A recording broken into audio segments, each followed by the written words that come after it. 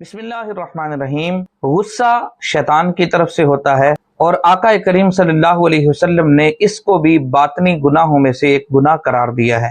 ایک شخص آقا کریم صلی اللہ علیہ وسلم کی بارگاہ میں حاضر ہوا اور عرض کیا، یا رسول اللہ صلی اللہ علیہ وسلم مجھے کوئی نصیحت فرمائیے۔ حضور علیہ الصلوۃ والسلام نے فرمایا، غصہ نہ کیا کرو۔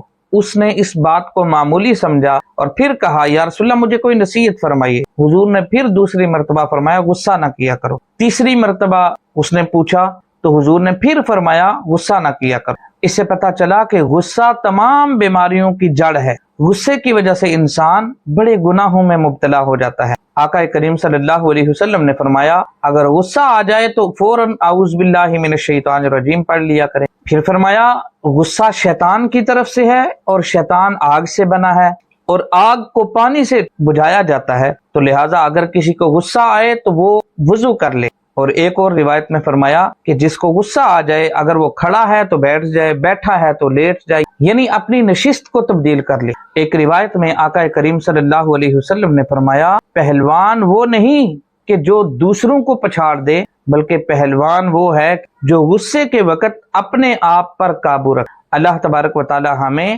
عمل کی توفیق عطا فرمائے۔